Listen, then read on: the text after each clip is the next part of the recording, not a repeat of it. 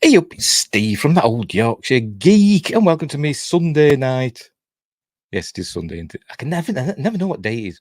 Sunday night news stream, and we've got a special guest. So, how do I do this now? We'll use this. I will introduce a special guest. Win Grace is coming in to help me read the news. So there we go. Right, hey up, mate. How you doing?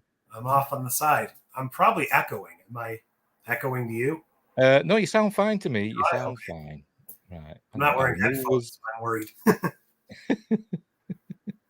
Why am I off on the side? I don't know, because it's put us side by side, and I've got my frame. I'll. Is there a way to put us vertically? I don't know. When they put the news up, it'll probably put us down the side. So, anyway, welcome to the show. The first time I've ever had a guest. So hopefully it'll go swimmingly. We've got a few news items to look at. And then I'll go through the article. I'll ask Wingrace for his opinion, and he'll probably have one, or maybe two. We're live on YouTube. So let me just check and make sure that we are streaming on YouTube. Yes, we are, and we're live on Rumble. Yes, we're live on Rumble, and we should be live on Twitch. Yes, we're live on Twitch as well. Right, so let's get into the news, shall we? So I don't have to make myself titchy tiny now, do I? Because I've got somebody else with me. So as first news item, let's get this up. Let me go full screen. I'm sweating cobs. There we go. Now you're at the side with me. Ooh, it is warm here. It's boiling hot in the UK at the moment. It's bloody terrible. Just give me a minute. It cooled down here, thankfully. Oh, it is really warm here. I've got the ceiling fan on, and I've got my little air conditioning unit blowing cool air at me, but it's not doing very well at the moment. It's struggling. I don't have mine on, so I'm probably going to get hot too. Yeah. We were supposed to be having thunderstorms, but they haven't arrived yet. Oh, we did. Anyway. Yeah. Right, so first up, Tim Burton on seeing his animation style imitated by AI. It's like a robot taking your humanity, he said. The filmmaker also opens up about filming his highly anticipated Beetlejuice sequel. Not bothered about that. I've never been a huge fan of Beetlejuice, to be completely honest. It's one of those films I thought were overrated. I don't hate it, but I don't know why people freaked out about it. What am I going to say? I'm going to say something else. Oh, yes, links are all in the description down below, and later on I'll put timestamps in and all that jazz. Are you a Tim Burton fan? Marginally, I guess. Like, I respect some of the movies, but I'm not like, oh, I need to go out and see everything he ever does. Exactly. Like, I like Edward Scissorhands. I like Batman, but, you know. Yeah. I've never seen Edward Scissorhands all the way through. My mum loved that film, but I've never seen it all the way through. I think it was a bit too colourful for me.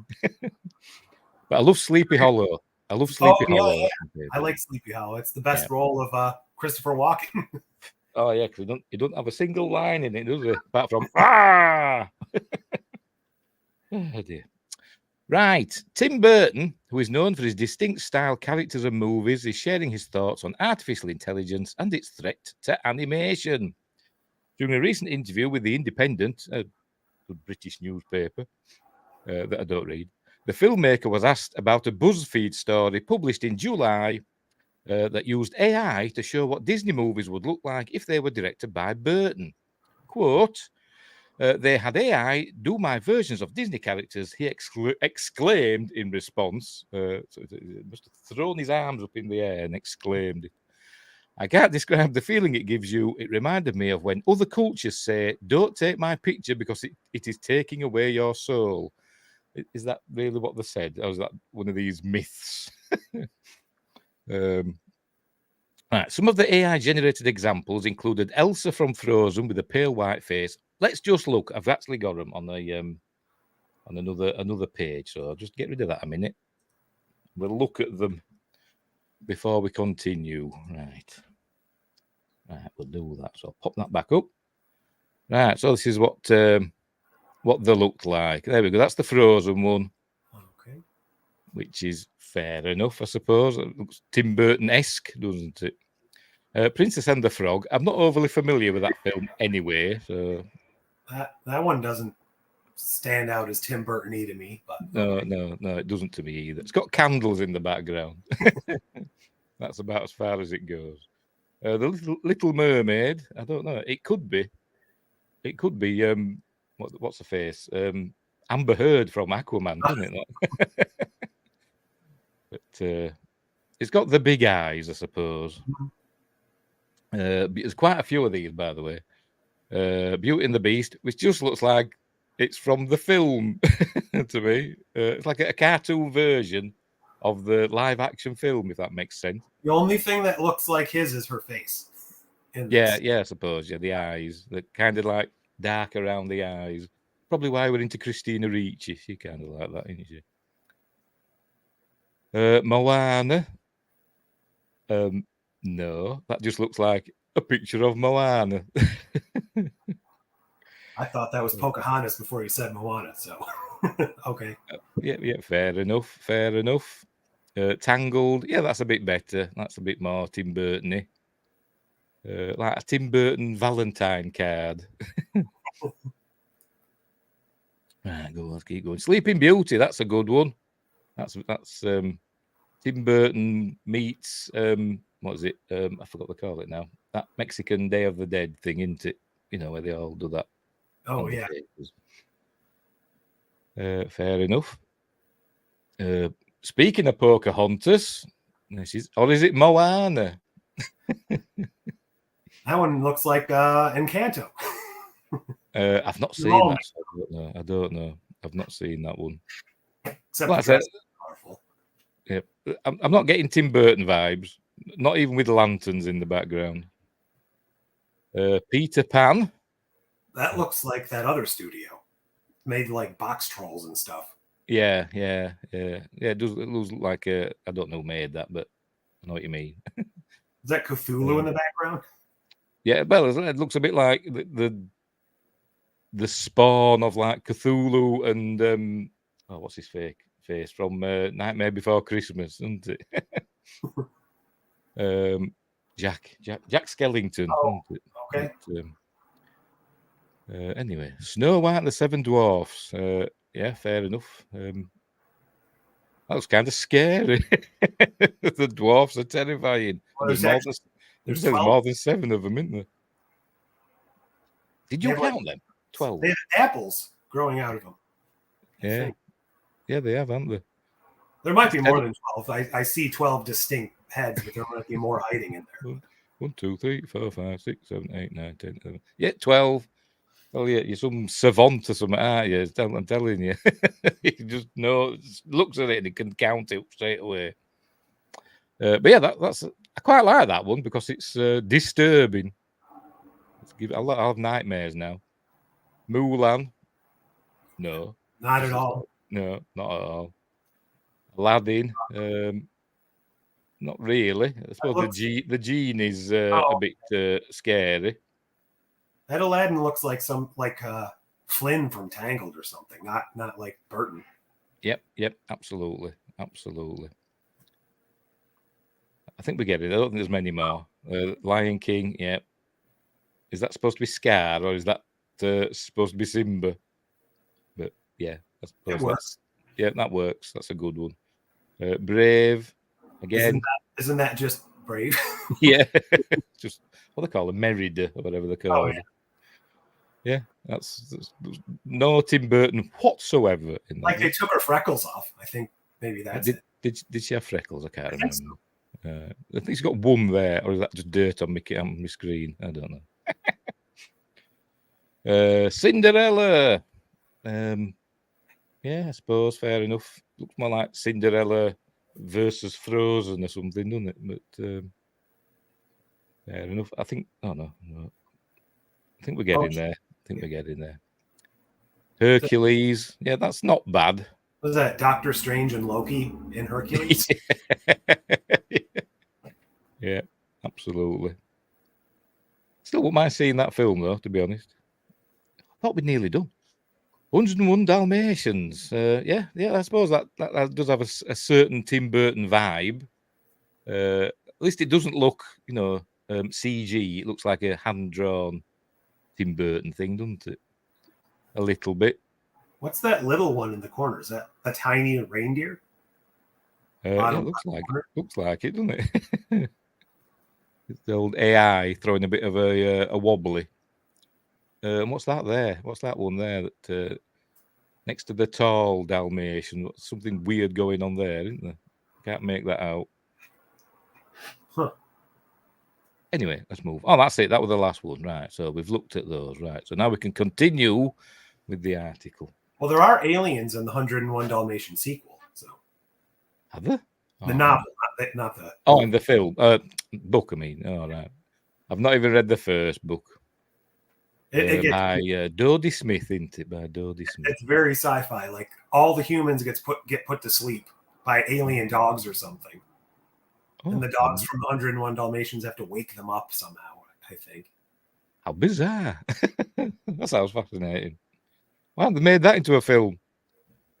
Anyway, right, let's get back to this. What Tim Burton thinks about this. Right. I forgot where I was now. Oh, yeah. Some of the AI-generated examples included Elsa from Frozen with a pale white face and wearing a black dress while in what appeared to be a haunted forest, as well as Aurora from Sleeping Beauty with a similar coloured face but with stitches across her cheeks and lying in a long dark dress. While Burton acknowledged that some of the creations were very good, it didn't take away from the less than enjoyable feeling he got seeing his creative style imitated. I think he's going a bit overboard, don't you think? Get a bit too, what's the word? Precious. Anyway, what he says, what it does is it sucks something from you, he explained. It takes something from your soul or psyche that is very disturbing, especially if it has to do with you. It's like a robot taking your humanity, your soul. I'm not sure I agree with him there. I don't know. It's not as if they've taken his characters and recreated them, you know, in a different style. They're using. It's like they're commemorating him, really, rather than stealing his soul. I don't know. That's how I look at it. My guess is it's not even based on him. I'm thinking it's based on all these thousands of fan arts on Deviant that just have like Tim Burton tagged, like in the style of Tim Burton. Yeah. That's probably more accurate. It's probably what the AI did, you know, rather than looking at Tim Burton, it looked at Tim Burton. That's it. As you said, fan art. Anyway, where were we? Right. The use of AI in Hollywood has been an ongoing debate across the industry, with many wanting protections against the technology. It has particularly been one of the main concerns for actors and writers who have been on strike for months after contract negotiations faltered with studios and streamers, and AI was one of the focal points that they haven't been able to agree on. Later during the interview, Burton also opened up about how making big studio films can be such an exhausting experience, but that he still tries to focus on the positives with all his projects. That's why it is hard for me to watch the movies afterwards, because I still feel the emotional whatever of it. I don't get a release from that, but I do enjoy all the people I've worked with, the director said. On this last one, Beetlejuice 2, I really enjoyed it. I tried to strip everything and go back to the basics of working with good people and actors and puppets. It was kind of like going back to why I liked making movies. As I said, I've never been a big fan of Beetlejuice. They all, you know, I hate that bit. It does me head in. Anyway, Burton added that the Beetlejuice sequel, which stars Michael Keaton, Winona Ryder, Catherine O'Hara. So I always think of Deo when I see Catherine O'Hara. Jenna Ortega and Willem Dafoe. It is Willem, isn't it? You don't pronounce it William. It is Willem, isn't it? So I've heard it. Oh, right, okay. And Willem Dafoe. Well, it's like, you know, Rafe Fiennes is spelt Ralph, but we've all got to say Rafe for some reason. Well, they change too. Like when they're nobodies, they're like, call me whatever. But then eventually they change it. Yep. They get a stick up their bottoms when they get famous. Anyway, Willem Dafoe was nearly finished filming before the strikes were called. He hopes to finish once the strikes are resolved. I feel grateful we got what we got. Literally, it was a day and a half, he said of the film, which is set to release on September 6th, 2024. We know what we have to do. It is 99% done. Right. So anyway, Wait, as I what? said, I'm not sure I agree with what he said about it. It's like I'm taking his soul. I think he was being a bit over precious, and but I understand what he means. What do you think, Win Grace? I'm just trying to think back to what is the last thing he did before Beetlejuice 2.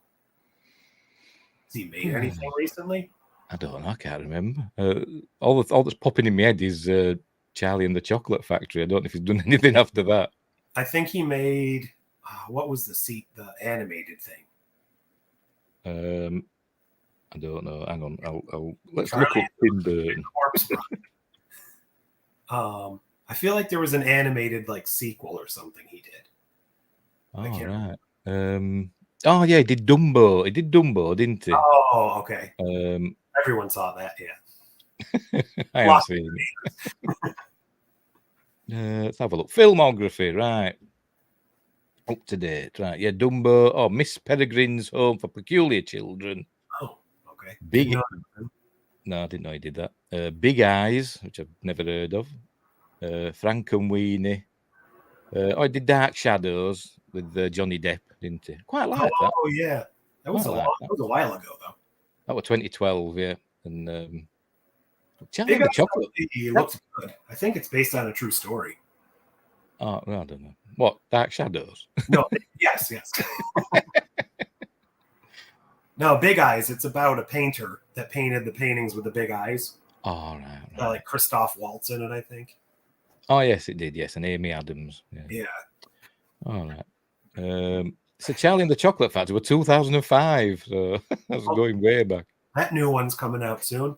Are they doing another one of those? With him from Dune, isn't it? Yeah. And Hugh Grant. Oh God.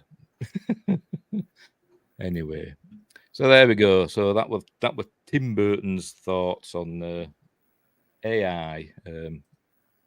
Anyway, let's move on. Now then, X-Files next. X-Files, which I've been watching curiously. I didn't know it was its anniversary. It never twigged. Oh, really? But, I've been watching it. I'm on season 2 now. Just watched the Fluke Man episode, which creeps me out. Is that on Netflix for you? Like everything else that hasn't been taken off? No, it's on Disney Plus. Over here. It might be there. Oh, maybe we have it on Hulu then. Yeah. It's on Disney Plus. So I've been watching it on there. Right, how a 70s monster hunter inspired one of the greatest sci-fi shows ever made. Before the X-Files, there was Kolchak, the Night Stalker, which I've got on DVD over there somewhere.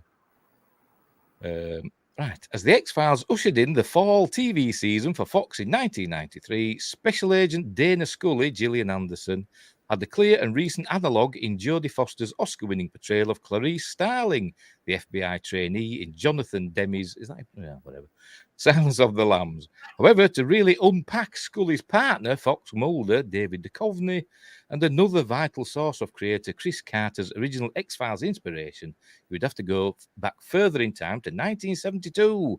That's when The Night Stalker, first broadcast as ABC's Movie of the Week, introduced viewers to the Las Vegas vampire hunter Carl Kolchak, Darren McGavin. What in Las Vegas in the first 2 films? They ended up somewhere else, didn't they? And I can't remember where. They traveled a lot. So yeah, I can't remember. It's Chicago or somewhere like that. I can't remember. I've seen them all, but as I said, I've got it on DVD, and they're really, really good. With a cool intro theme. Whistling. Anyway.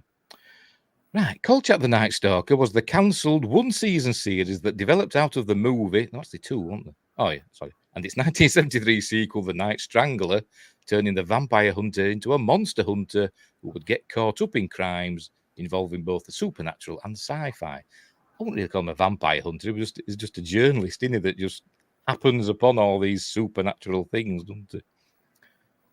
When the X-Files premiered 30 years ago today, it took the Monster of the Week format of Kolchak and applied a heavier dose of science to it, along with some mythology-driven serialization. Science, in this case, looked like a redhead in a power suit, and she was partnered with a basement-dwelling believer in all things paranormal.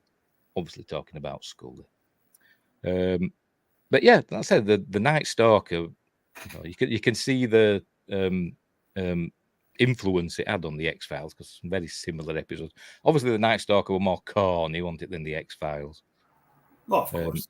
Yeah, because it was of its time, wasn't it? But there were still some effective episodes and some interesting ones. Like I said, there were some proper supernatural ones, like with werewolves and stuff like that, and there was a zombie one, I think there was, wasn't there?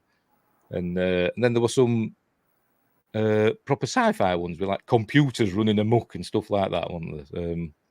I didn't realize it was only one season. Yeah, we're on the I think hang on, I can't tell you. I can tell you how many episodes it was, but It was the 70s, so it's probably like a 600 episode season. I don't think it had that many, to be honest. 20 episodes. I didn't think it had that many, to be honest. But anyway, where were we? Right, speaking to Rolling Stone in print around 1977, the Virtual of Paranoia issue 794, if you want to go look it up, Carter acknowledged the Silence of the Lambs as an influence on his series, along with the Twilight Zone and the Outer Limits. However, he reserved his choicest words for Kolchak, calling it the show that inspired the X-Files. He further noted that in the 20 years between Kolchak and the X-Files, a lot happened in science and technology. Well, yeah. But yeah, I can see. I think I actually remember watching Silence of the Lambs, and then I think not long after it, that's the X-Files came out, and I was thinking, I bet applicants to the FBI went through the roof around that time. It's interesting. One of the magazine I was just reading from 98. It's a big old. I don't know if it'll show up. Oh, hang on. I'll put you full screen. Hang on. How do I do it? How do I make you full screen? There we go. There you go. Oh, cigarette smoking man. CSM. William B. Davis. Yep. Cool. Been making lots of shorts from this magazine, so might have to do that one. Yes. He was a great character, wasn't he? Cigarette smoking man. He was in there from episode 1, wasn't he? From the pilot. Didn't he pop up in Fringe?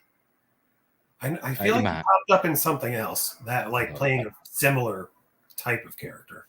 I don't know. I know he was a prior in Stargate SG-1. Oh yeah. Saw him in that. I've seen he's popped up in quite a few things, hasn't he? And he didn't smoke in real life, did he? William B. Davis. So they probably had them herbal cigarettes, probably, weren't they? Anyway, let's continue. Pseudo-realism, then, was to be the bedrock of Carter's show, which uses its pilot to prime the essential dynamic of Mulder and Scully as the believer and skeptic. Actually, I don't think Cigarette Smoking Man were in the pilot, were he? I think it happened in the second episode, which was actually called Pilot, but it wasn't the pilot. I think it was called Pilot. Anyway, I forgot where I went now. Which uses its pilot to prime the essential dynamic of Mulder and Scully as the believer and skeptic at loggerheads in the realm of the unexplained. Later, we find out that she is conversely Catholic, while he's only skeptical when it comes to religion. It's a dynamic that X-Files executive producer Frank Spotnitz even sought to replicate with his short-lived 2005 series remake of The Night Stalker. I didn't even know they'd done one, starring Stuart Townsend and Gabrielle Union. Now I don't think I ever heard of that. I've never heard of that. I'll have to look that up. Oh, pardon me. And there they are. There's obviously Mulder and Scully. Looks quite early on. Maybe season 1, maybe. Don't know. Oh no, it's the X-Files pilot, so it is early on. And we got to see her in the skimpies, didn't we, in the pilot? She thought she'd been got by the aliens. She asked him to check for these marks at the bottom of her back. Is that like just a sci-fi thing to do in the 90s? In the first episode, have one of the main females almost naked, then never do it again?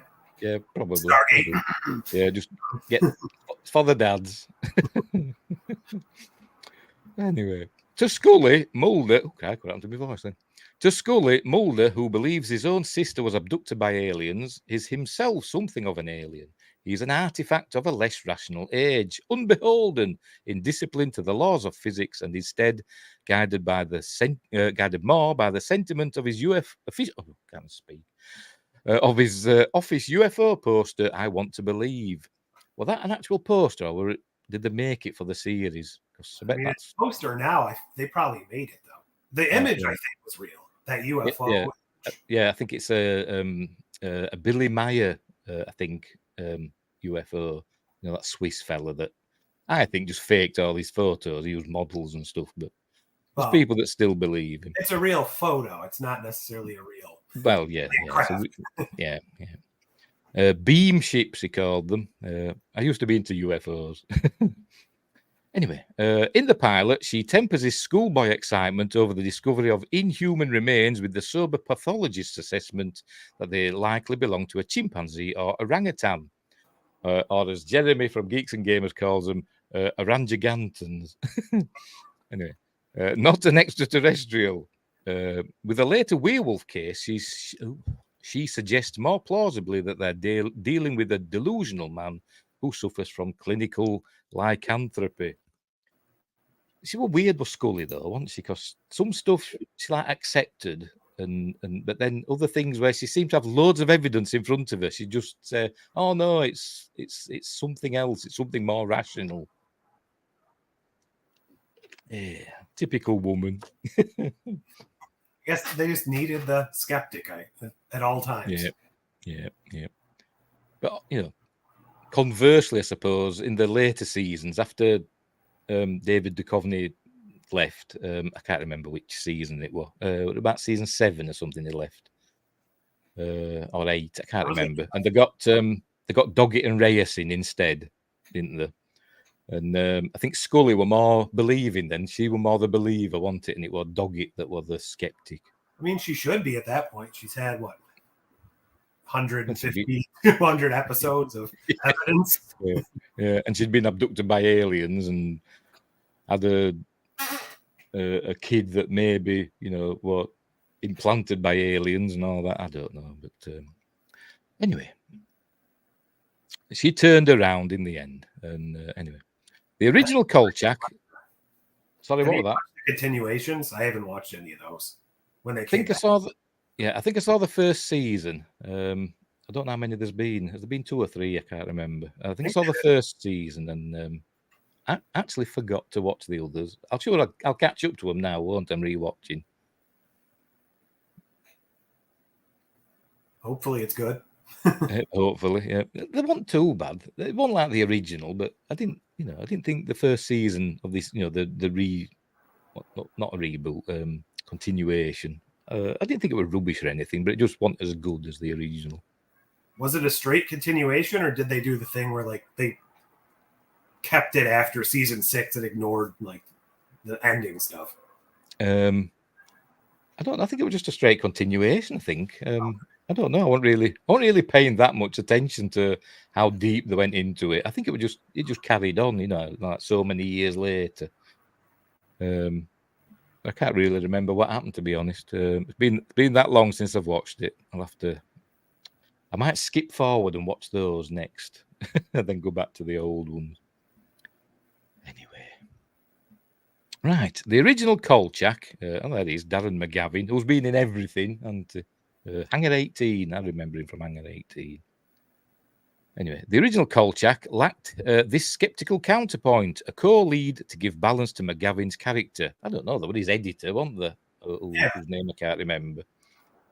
But anyway, McGavin himself... Sorry? He's always on the phone, no one believing him. Yeah. Anyway, McGavin himself says as much through the mouth of an X-Files character when he guest stars as Arthur Dales in the episodes Travellers and Aqua Mala. Dales is a retired FBI agent whose flashback story pivots toward a proto-X-File in the 1950s, when the Red Scare's witch hunts were going as strong as any monster hunt. After he meets Scully in Aguamala, Dales tells Mulder, if I had had someone as savvy as her by my side all those years ago in the X-Files, I might not have retired. I don't actually remember those episodes.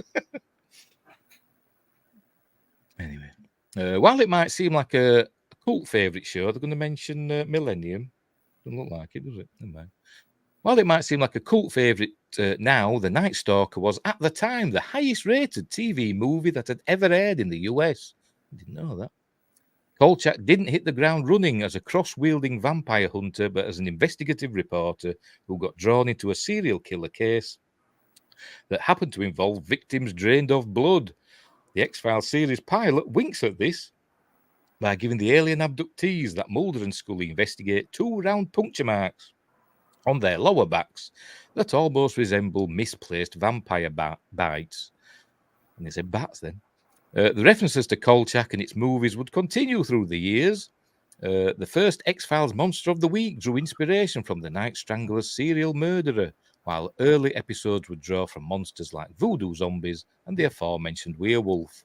But the show's greatest contribution to X-Files was in how it shaped Mulder's believer. When Scully meets Mulder in the X-Files series pilot, Girl Meets Boy, Clarice meets Kolchak counterpart, and sparks fly. The tension is there from the beginning as she strips down by candlelight, see if I just mentioned that, to have him inspect her back. More bottom, really. Yet the series was never as good as it was when Scully and Mulder, the skeptic and wanna-believer, kept their relationship professional, wry, and unconsummated by the suggestion of any son. As for Mulder, he's obviously Kolchak's son, but at least he had a level-headed partner to keep him down to earth. There we go. But yeah, like I said, you can see the influences, that Kolchak had on the X-Files. And they're both great series. So X-Files took it another step. And but it's nice that Chris Carter acknowledged his influences. That's always good. And then they get tied in a little bit too. Yeah. I want to know about this reboot that apparently did absolutely nothing. Yeah, I'm going to have to look that up. 2005, wasn't it? Where are we? Frank Spotnitz, 2005 Night Stalker. I'll have to look that up. I'll open up a window here and I'm going to type it in so I don't forget. Stuart Townsend. Wasn't he the guy from Underworld? I don't know. Oh, no, that was Scott Speedman. Never mind, I think. Oh, yeah, I know what you mean. Yeah. 2005 to 2006. How many episodes? 8? I think that's something else. Number of episodes, 322. Seasons, 15. Are they getting that mixed up? Sorry, I'm looking on Wikipedia. Did they just use the name and they assumed it was a reboot? I don't know. It said short-lived. It says number of seasons. Are they getting mixed up with Supernatural? Series that ran for 6 weeks in the fall of ABC. I see. Yeah. Okay. But down at the side, on Wikipedia, down at the side, it says, where does it say? Number of seasons, 15. Number of episodes, 322. I think that they've got that mixed up with Supernatural because that ran for 15 seasons, didn't it? 10 episodes, 4 never aired.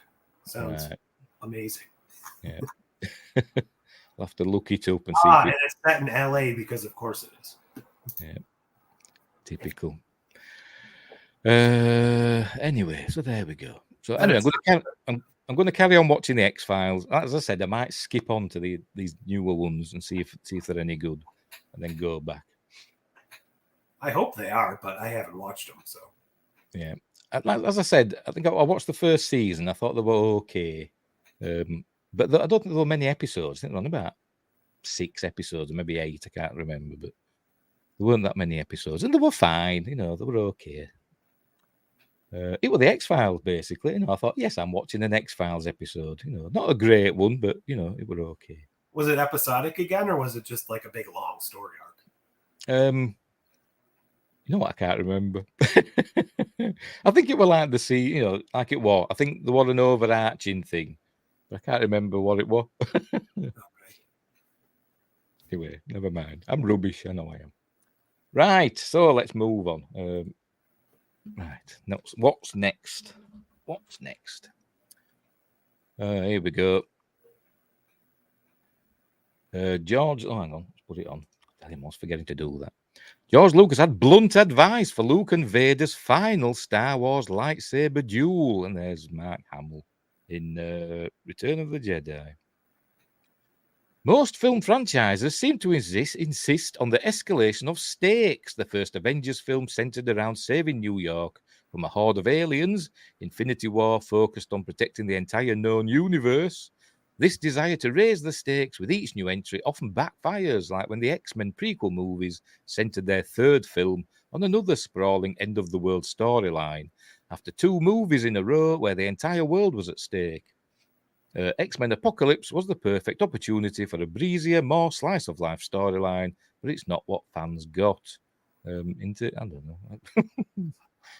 In the original draft of The Empire Strikes Back, Luke's final confrontation with Darth Vader and the Emperor, in Empire Strikes Back, was originally supposed to abide by this same rule. For their rematch in the climax of the next film, the Emperor wasn't even... What are they talking about? The Emperor only appeared as a hologram, didn't he, in Empire? I don't know. Did they rewrite it, maybe? Maybe they did, yeah. Maybe they were in the original script, maybe. Anyway, for their rematch in the climax of the next film, Return of the Jedi, director Richard Marquand's first plan was to make the scene bigger than the fight in Empire, as he explained in the making of Star Wars Return of the Jedi. Just based on how the rest of the franchise has played out, it's easy to imagine a version of that scene where Luke was doing way more flips and spins, or where the Emperor started swinging his own lightsaber around. Instead, the sequence was remarkably restrained. The Emperor largely stayed in his throne and never picked up his lightsaber. I bet he didn't even have one. A move that might sound anticlimactic, but which helped him maintain his position as an ominous, larger-than-life character. Because he didn't need it, did he? Because he had Vader there. So. By denying us the sort of scenes Revenge of the Sith would give us 22 years later, Return of the Jedi let the Emperor keep his mystique. He didn't need his lightsaber, did he? Because he was like, so be it, Jedi. If you will not be turned, you will be destroyed. That's all he needed, didn't he? Anyway, the credit for this restraint goes to none other than George Lucas. George said that it doesn't have to be bigger because basically it can't be, Marquand said. George is very blunt. He said, I can't do a George Lucas impersonation, by the way. It's just a couple I can't do it. I sound more like Dr. Evil when I try to do George Lucas. It's just a couple of guys banging sticks against each other. Don't worry about that. It is bigger because of what is going on in their heads. That is what makes it bigger. That was nice because then I saw exactly what he meant, and I think up to that point I had missed a trick. In the end, the scene was all about Luke and Vader's internal battles, not about the flashiness of anyone's Jedi powers. Luke's most badass moment is when he chops off Vader's hand. It's a satisfying parallel to what happened with Luke's hand last movie. It's also a worrying sign that Luke's embraced the dark side. Well, yeah, because he did go on the attack, didn't he? As Marquand described the scene, Luke goes through sort of 3 changes during the fight. One is just straightforward anger. The next is not wanting to fight and withdrawing. And the next one is, you son of a bitch, okay, I'm going to kill you. So it's 3 different fights. I don't think the first one was anger, though. I think the first one was like desperation, wasn't it? Because they were watching the battle, wasn't it, unfolding. And the Emperor was saying, your friends will fail and all that, and I think it was like desperation then, wasn't he? He ignited his lightsaber and tried to kill the Emperor, but Vader stopped him. Anyway, where were we? The emotional stakes were so clear that the special effects department didn't exactly need to go overboard to make it a satisfying showdown. Luckily, the Emperor is there to needlessly gloat over Luke's descent to the dark side, which snaps Luke out of it and convinces him to return to the light. Good. Luke ends up beating Vader not by killing him, but by embracing old Ben Kenobi's pacifist ways. It's by letting himself be tortured by the Emperor that Vader finally snaps out of it and returns to the light as well. No. God, why does he do that? Why does he add things? Little creature walking in front of him while he's yelling no. Yeah. I bet he thought about it. Anyway. By the way, we've got another article about Return of the Jedi in a bit that I'll be shouting about. If he gives into the dark side, he will become like his father, and if he doesn't give in, he will probably be killed, Marquand also said. It is this conflict that will make the scene very exciting indeed. It's an interesting point, one that makes Lucas's direction throughout the prequel series far more frustrating. Sorry, I'm sweating. Whew, it is warm. While the prequels featured plenty of contemplation over the nature of light versus dark, those contemplations rarely ever factored into the lightsaber battles themselves. When Obi-Wan and Qui-Gon were fighting against Darth Maul in The Phantom Menace, still the best lightsaber duel, or no, there were three of them, one that won a duel, lightsaber battle ever, in my opinion. There was never any sense that anyone's soul was at stake there. Obi-Wan's killing of Maul is a straightforwardly satisfying moment of revenge for Qui-Gon's death, nothing more. Except he didn't kill him, did he? Just chopped him in half. I don't know. So is Qui-Gon the only one who actually died then? From any of these lightsaber wounds? Yeah. You were unlucky. Or I guess in those snippets we saw a lot of them get killed. Or no, that was by blaster fire though. Yeah. The younglings, they're the only ones, okay. Oh, yeah. But they probably got hacked to death rather than just run through. Anyway. Where were we? But the irony of Lucas's change of approach over the years stings hardest with that final battle in Revenge of the Sith, where Anakin and Obi-Wan have their climactic confrontation on the volcanic planet of Mustafar. It's the exact opposite of the final battle between Luke and Vader. The emotional stakes are overshadowed by the special effects to an almost absurd comical degree. It was a bit much.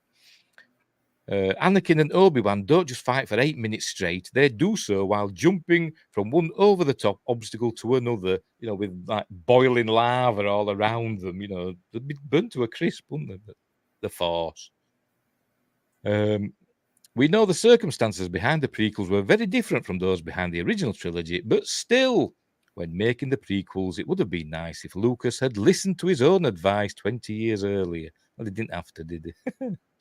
He was a victim of his own story, I suppose. He got too much power, didn't he, in the end, much like Palpatine did. But anyway. Too much hubris? Yes, too much hubris. Not sheer effing hubris, just another sort. But yeah, very good. Plus, he sold a lot of toys, so that's probably more of his motivation at that point. Exactly. Yeah. I think originally he had a story he wanted to tell, and then he had toys he wanted to sell. That could be a song, couldn't it? Because that rhymes. But anyway. Right, let's move on away from George Lucas. We all love him, but sometimes he's a bit of an idiot, isn't he? He's more of an idea man that actually sit down and put everything into reality. Yeah. So has good ideas. I mean, if you read the original script for The Star Wars, it's bloody awful. I've not read it all the way through, but I've started. It's available online, and if you look for it, and it's terrible. But like I say, he has good ideas, and it should rely on other people to make it better, which he did for Empire, didn't it? And to a lesser extent, Return of the Jedi. It was Gary Kurtz, really, wasn't it, that reined him in. But anyway, right, where were we? Right, next story. We're sticking with Star Wars. Star Wars heroes, secretly vicious cannibals. And I'm reading this and I'm thinking, the Ewoks eat their own then? But no, it's just the writer of this, Kevin Sinise, doesn't actually seem to know what a cannibal is. But anyway. A Star Wars fan theory that Ewoks eat humans is not at all far-fetched and is even unofficially confirmed. Well, no, it is confirmed because they were going to eat Han and Luke, weren't they? They even lit light in the fire to cook them, weren't they? Stupid person. Sure, when we first meet Star Wars Episode 6, Return of the Jedi, he doesn't seem very interested in snacking on Leia. Instead, enticed by her preferred meal bar, I think they're on about Wicket, aren't they? When we first meet Wicket, I don't know why they've put that there. When we first meet Wicket in Star Wars in Return of the Jedi, he doesn't seem very interested in snacking on Leia, instead enticed by her preferred meal bar. It's also true that the Ewoks later plan to cook Han, Luke, and the other rebels over a fire as a feast in honor of C-3PO, whom they have deified. Which apparently were based on what happened in the original Star Wars, wasn't it? When they were in Tunisia, some of the locals thought that Anthony Daniels in the C-3PO costume was some religious thing, and they were praying to him. Oh, I thought that was based on the World War II. Was it World War I? Where there's actually an island out there that still worships the Phantom. Oh yeah. You know that. Cargo cult. It's called, isn't it? The cargo cult. When they redo runways and that, don't they? And they build model aeroplanes because they saw planes flying over. Yeah. But anyway, bless them. Of course, the Ewoks are the teddy bears of Star Wars. Super adorable, unlikely heroes who take. Oh, what was that? I think that was Alexa making a noise. Unlikely heroes who take down the Empire with limited resources, but if they were prepared to eat the rebels they captured, it only stands to reason that this sort of carnivorous behaviour may already have been an established practice on the forest moon of Endor. Indeed, it is possible that the diminutive furballs even devoured some of the stormtroopers whose helmets they gleefully play like a xylophone at the end of the film. Surprisingly, there is some Star Wars lore, though technically not canon, that backs up the idea of Ewoks as potentially vicious creatures. Excuse me. In issue number 14 of Star Wars Tales, the comic book anthology series that was part of the Legends continuity, the story Apocalypse Endor by Christian Reed and Clayton Henry provides evidence that the Ewoks are more than just adorable. The tale features an older ex-stormtrooper recalling the Battle of Endor as a horrible slaughter. Though the Ewoks of Star Wars are known for being small, cute and fuzzy, as everybody knows, they were supposed to be Wookiees, weren't they? But they decided to change that. It is this seemingly innocuous appearance that the stormtrooper recalls as perhaps the Ewoks' deadliest weapon. Their appearance had caused the Empire to underestimate them, leaving them unguarded before what he describes as combat geniuses. Describing late-night strikes, ambushes, and booby traps, the stormtrooper describes a formidable foe who showed no mercy. Well, they were the Viet Cong, weren't they? That's what they basically were. Of course, being brilliant tacticians does not mean the Ewoks are the cannibals of Star Wars. They're not cannibals. If they're eating humans, they're not cannibals, are they? Cannibal is when you eat your own, isn't it? Not when you eat something else. But the former stormtrooper tells a story that indicates they are. He describes the fate of a stormtrooper named Kovacs, who was ambushed. I thought that name were Kovacs on Stargate, but they're always hiccuping. Is it the Odyssey she's on? I can't remember the name of the ship. Anyway, is it Odyssey or Daedalus? The Daedalus. Yeah. Sorry. Yeah. Anyway, who was ambushed by Ewoks using a noose. The next day, his compatriots found his remains, which showed that the precious little teddy bears had indeed ritually devoured their brother in arms. Star Wars Tales says all this is part of the Ewoks' cultural structure and religious practices. Maybe they were just hungry. Their belief in the Golden One who gives them light is what brings them to honour C-3PO as a deity, and it is this belief that inspires them to plan to offer up the rebels as a celebratory feast in their god's honour. All right, I didn't know that. According to the Star Wars story, it is not at all uncommon for Ewoks to eat human flesh in this ritualistic manner. It seems their concept of worship includes burnt offerings that are consumed in large feasts. The stormtrooper postulates that the eating of those defeated in battle could have been meant to absorb the energy of the enemy. Star Wars fans don't usually think of Ewoks as vicious creatures. I do. But this stormtrooper story seems to confirm what the events of Return of the Jedi already indicate. They may look cute, but they eat their enemies. Whether the ex-stormtrooper is a reliable narrator or not is, of course, a question that is up for debate, especially as he is eager to overcome the embarrassment of having been defeated by an army of pint-sized carpet samples. Whatever the case, it seems apparent that there is more to the Ewoks than first impressions might indicate. We still think Ewoks are among the Star Wars' didn't need that S, cutest but most heroic presences. Just be on the safe side, though. We're going to be very sure not to make them angry. Well, yeah, like I said, they were going to eat him, weren't they? Because they thought he was some kind of god. But and there they are. They were going to, like I said, roast him on a spit. That'd have been cool, wouldn't it? The end. Directed by Richard Marquand. No, the sequel trilogy would have changed dramatically. Yeah. Anyway, I wonder if there's any still there on Endor. Because I bet Endor's like surface was decimated when that Death Star blew up. I bet it was like pockmarked with, huge gobbets of metal from the Death Star and its atmosphere stripped away. I bet there's no Ewoks left. Well, didn't the Death Star fall somewhere else? Well, yeah, a big chunk of it went somewhere else somehow, didn't it? Onto another moon of Endor. Anyway.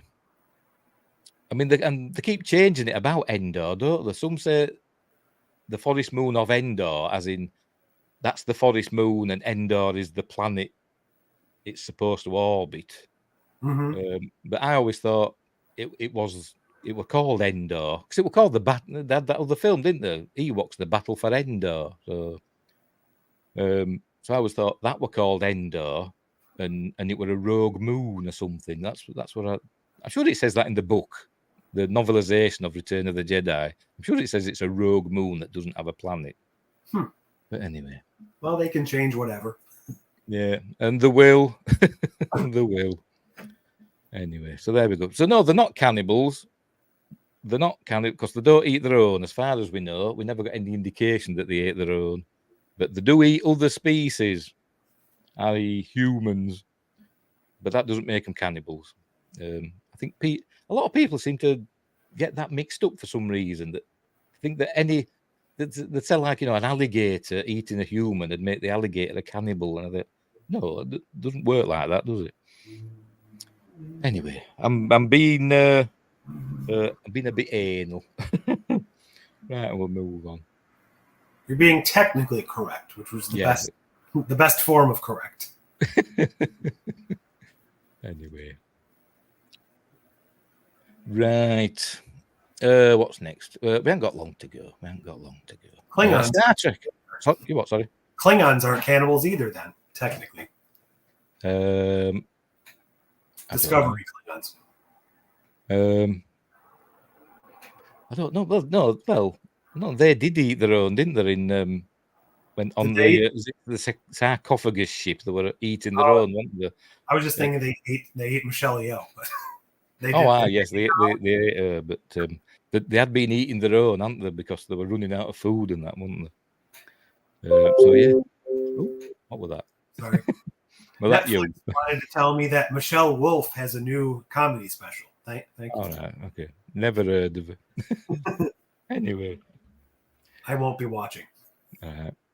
There's loads of these comedy specials on Netflix. I've never heard of most of the people that are on it. I think they do one a week. I think that's their thing. Oh, right. That's it. Ricky Gervais, I think that, and Chappelle fella. And they're the only ones I've heard of. Anyway. Right.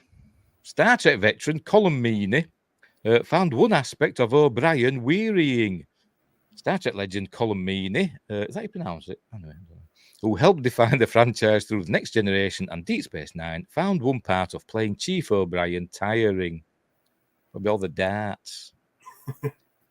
When you go through the list of Star Trek's great actors, and of course, don't forget, Chief O'Brien is the most important human that ever lived, isn't he? Mm-hmm. Yep. If you watch Lower Decks. It doesn't take too long before you'll get to Colm Meaney. Across Star Trek, The Next Generation, and later Deep Space Nine, Colm Meaney starred as one of the best Star Trek characters in the franchise's history, Miles O'Brien.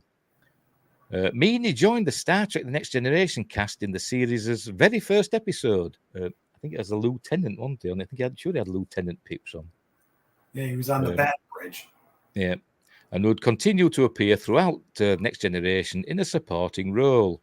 Gradually, O'Brien was given more screen time, and as the writers fleshed him out, he eventually would become a solid fan favourite. Meaney then made the jump to the spin-off Star Trek series Deep Space Nine, this time with O'Brien as a primary character. His appearance across the two shows means that Meaney has the distinction of being the Star Trek actor with the second most credits, only behind Michael Dorn. So Meaney spent a lot of time in O'Brien's company. And there's one aspect of the character that Meaney did eventually find tiresome. Speaking with IGN, one thing I've always wondered, sorry, going off on a tangent a little bit, that episode in Deep Space Nine, that scene where O'Brien and Bashir are singing Jerusalem, I can't imagine an Irishman singing Jerusalem because it's a very English song. Because they sing about England's green and pleasant land. I can't imagine an Irishman singing that. But anyway, that's by the by. I thought he'd have found that tiresome. Well, I know he raged against them trying to give him a leprechaun very early on in DS9. Wishes Were Horses or whatever it was. Yeah. I was just going to say that. Yeah. That's an episode I generally skip. Yeah. Although I do like the baseball player in Cisco. That's probably one part I do like. Because isn't that how he got the ball? Eventually, that he kept on his desk. I'm not sure. Maybe not. I don't know. You got me wondering now. I thought he had it from the beginning. He may have. I don't know. I can't remember. Anyway, speaking with IGN about DS9 and its impact, Meaney was asked how he felt about O'Brien's portrayal as a more down-to-earth, regular, blue-collar character. I was very aware of it, he says. It was always hammered home to a wearying extent sometimes, the whole blue-collar thing. He continued, and I was fine with it. It wasn't a problem. That is who he was. I just found it a bit odd the way people went on about it so much sometimes. There were obviously all levels and echelons in an organisation like Starfleet, but yeah, I was very conscious of that, and the writers were conscious of it, and the fans were conscious of it. He was, an everyday Joe. I never understood, though, how he was like chief of operations. He was in charge of, basically chief engineer of Deep Space Nine, wasn't he? And I never understood how he could be. He'd have officers working under him that outranked him. Even an ensign outranks him technically, doesn't it? But they had that whole scene when Nog first got his commission. Yeah. And he says, "I'll have to call you sir now," didn't he, or something like that. So I never understood why I'd want to give him a field promotion, up through the ranks to. It should have been at least a lieutenant commander, shouldn't it? But anyway, that's bad. Throughout TNG and DS9, O'Brien's relative simplicity was a core aspect of his character, as was his relatable and rocky domestic life. The fact that he enjoyed spending his free time in Quark's bar, drinking with his friends, and that his relationship with Keiko was never perfect, helped to make it more relatable. I never understood what she saw in him. It was one of these weird combinations, isn't it? Keiko O'Brien and, I don't know what it, but Keiko and Miles. But anyway, they had some great episodes together. I did know her name. I can't think of it now. I can't remember. For some reason, Ishigawa's going through my head, but I don't think it was that. But anyway, Anyway, not necessarily flawed, but human in a way that some other Star Trek characters might not have been. This, though, was contrasted by his immense competence and capability. He was one of the most able and shrewd engineers in Starfleet, and after the events of the Dominion War, O'Brien became a professor of engineering at Starfleet Academy. But he went back, didn't he, to the Fleet Museum at I forgot the name of it now, where he worked behind it. We didn't see him, did we? But he were there with Barclay in the engine room of the Enterprise D. In our head canon. Anyway. No, it's confirmed. So though Meaney might have found the focus on O'Brien's relatability to be tiring, it certainly never defined O'Brien. It was always more complex than that, which is what made him one of the greatest characters in the franchise's history. Unlike the rest of the TNG cast, Meaney did not reprise his role as O'Brien in the recent Picard Season 3, but he has said he'd be interested in taking part in a new Star Trek series focused on Worf. Is there a link? There's a link there, apparently. I didn't even know they were thinking of that. Surely no one could say no to that. Both TNG and DS9 are now available to stream, blah, blah, blah, blah, blah, blah, blah, blah, blah, blah. Let's, I'll just open that in a new tab and we'll look at that in a minute. I didn't even know they were thinking of doing a series focused on Worf. They haven't even greenlit Legacy, have they? Yet. Well, Worf's been trying to do it for about 15 years. Oh, right. Right. Or Michael. Oh, right. But anyway, that's it. I like Chief O'Brien, but I never understood. He's got 2 pips there. There's a lieutenant. Got lieutenant's pips there. What's happening there? I've just noticed that. When is that from? I don't know. Oh, hang on. I don't know. It's obviously Deep Space Nine because you can see it there in the background. But is that it's a Photoshop, isn't it? That so. It looks like he's at Quarks, maybe. But that's it. It could be cut out from somewhere else, couldn't he? So that. But he wore a red shirt. He had a red top, didn't he, in the pilot? See, I'm thinking, if I remember, they didn't make the switch until DS9. Oh, right. I think probably all through TNG he had some sort of rank. I'm trying to think when he were in when we saw him in the transporter room, and they did call him Chief O'Brien, didn't they? You know, because he was the transporter chief. I'd like to see what his rank is in the finale of TNG after they already knew what he was going to be in DS9. Yeah. The past scenes. That's yeah. But I'll have to have a look. And just to put it right in my own head. But they were always making mistakes with the pips. I always remember in Voyager, in the early Voyager, quite a few episodes, we saw Tuvok as with Lieutenant Commander's pips.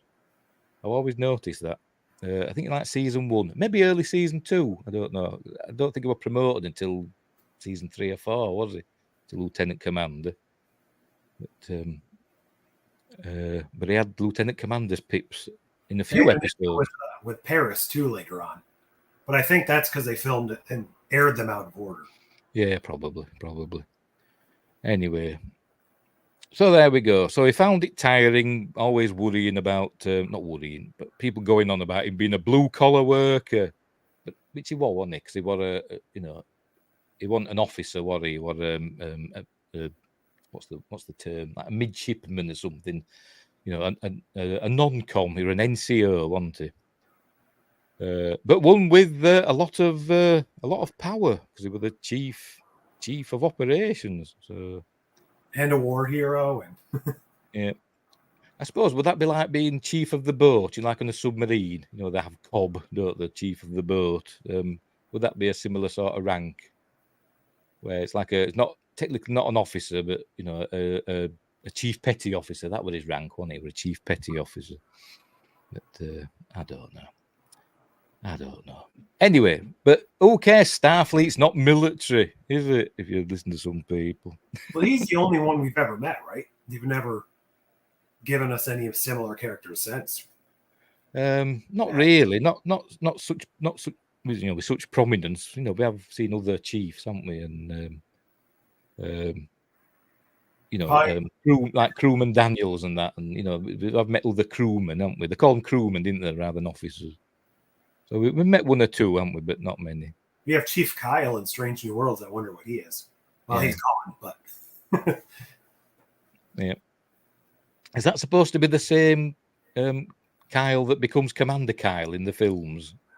I thought so. It's supposed to be the same from the original series. It's the same character. Yeah. Because he looks nothing like him. Well, maybe that's why he disappeared in season 2. He was working out. Oh, right. Come back on. Well, and he was British, wasn't he? He was British, for Mr. Kyle and Commander Kyle. He had a British accent. Anyway, pardon me. Anyway, let's move on. There's enough Star Trek. Hey. Finding me buttons. Where are we? Oh, I was reading about that, wasn't it? Sorry. Where's this from? Oh, a month ago. Sorry, I'll put this one back up. Speaking of Colm Meaney, I don't know if you know this. You probably do. That's the first time I've seen it. Colm Meaney would return to Star Trek on one brilliant condition. So let's have a look. Oh, look, he's got his pips again there. Look, keep popping up these bloody pips. That's all TNG era, though. Yeah, it is. Yeah. Anyway, he might. Sorry, go on. No, I just said it's odd because they always show the TNG him in front of DS9. Yeah. Or the wormhole or something. But, okay. Anyway, he might not be the most obvious first choice, but Colm Meaney is a total Star Trek legend. He's the most important man in the universe. As the trusted transporter chief on the Enterprise D and the chief of operations aboard Deep Space Nine, Colm Meaney's Miles O'Brien has the second most Star Trek appearances of any character, just behind Michael Dorn's Worf. And it's a dwarf. Anyway, with his recurring guest role in the Star Trek The Next Generation cast, Meaney's O'Brien became a firm fan favourite for his understated nature and low-key attitude, taking the spotlight in episodes like Disaster, The Wounded, and Data's Day. He brought this same simple charm to the Star Trek series Deep Space Nine, too, this time as a leading member of the cast. Needless to say, he's one of the best characters in the franchise's long history. We all love him, and fans were rightfully disappointed with his absence from Star Trek Picard Season 3. And also, he's like Captain Picard in that he's experienced essentially a lifetime in his head in no time at all, if you know what I mean. Because Picard had his Inner Light episode, didn't he? Where he had that lifetime in a few seconds or whatever. But O'Brien served a 20-year prison sentence, didn't he? Yeah. In his head. But obviously he could remember all of this 20-year prison sentence. So that's rattling about in his head. Much like Harry Kim, he's also not the same version that we originally met.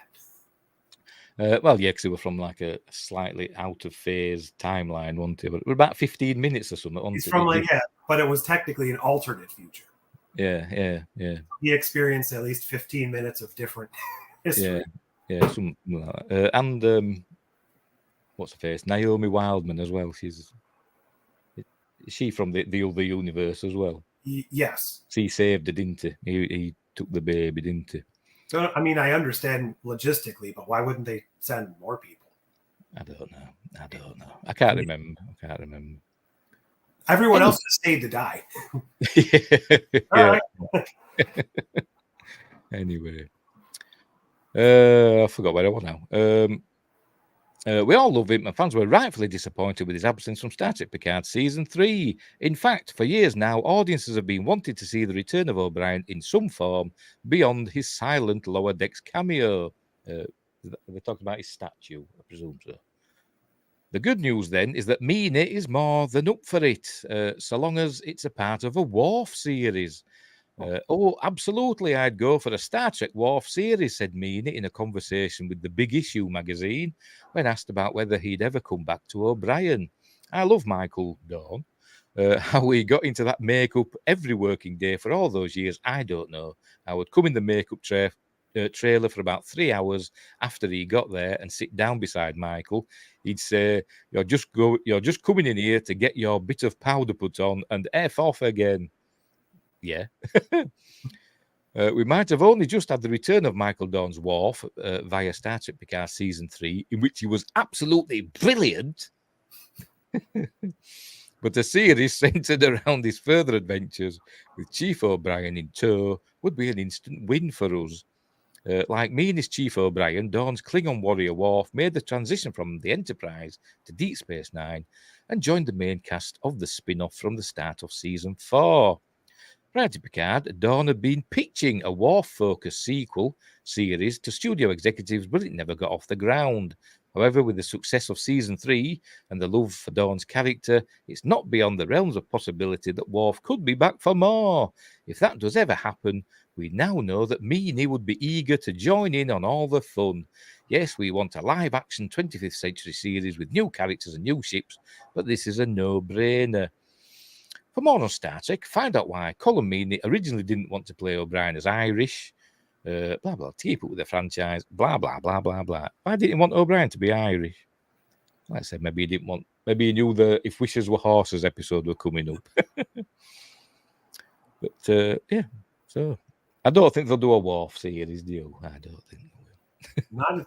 Not set how he wanted it. Maybe he'll be part of, maybe he'll be part of Section 31 or some horrible stuff. But I keep hoping they're just going to cancel Section 31 in the Starfleet Academy, or they'll just forget it. Yeah, they'll just forget about them until Star Trek Day proudly announced they're both on the way. Yeah. Oh, I watched that, by the way. I watched that thing with I forgot his name now. The Sliders fella, Jerry O'Connell. Jerry O'Connell. Yeah, I watched that yesterday. It was bloody awful, wasn't it? Yeah. Right, proper cheesy. Yeah. Oh. They spent like 2 minutes, not even 2 minutes, on the classic Star Trek stuff. Yeah. Everyone liked Kirk and Spock. Then they got canceled. Then there was an animated series. Then they showed like Janeway, Sisko, and I don't even know if they showed Archer. Yeah. And then they're like, anyways, watch Strange New Worlds, Discovery, and Lower Decks. Yeah. And they didn't even mention Prodigy. It was supposed to be all about the animated stuff, wasn't it? And they didn't even mention Prodigy. Anyway, justice for Prodigy. Not even in the past tense. Like they could have at least mentioned we tried something and it failed, or something terrible. But yeah. Anyway, right. Next up. From spaceships to Batman props, a Hollywood model maker's creations and collection up for auction. Been seeing a lot of this lately, haven't we? With people selling their Star Wars paraphernalia and other stuff. But anyway, bidding will open on thousands of pieces. Hollywood model maker Greg Jean, is that how you pronounce it? Collected over his lifetime, including many he created during his nearly half-century career. And there's an X-wing behind. That's a whatever. P-50, whatever. I don't know planes. My mate Simon, he'd tell me he knows all World War II things. He knows all that stuff. The only one I know is just the word Spitfire. Everything's Spitfire. Yeah. What else we got? There's that one of the towers, from the Death Star on the left. Looks like it. I don't know what that is back there behind. Anyway, right.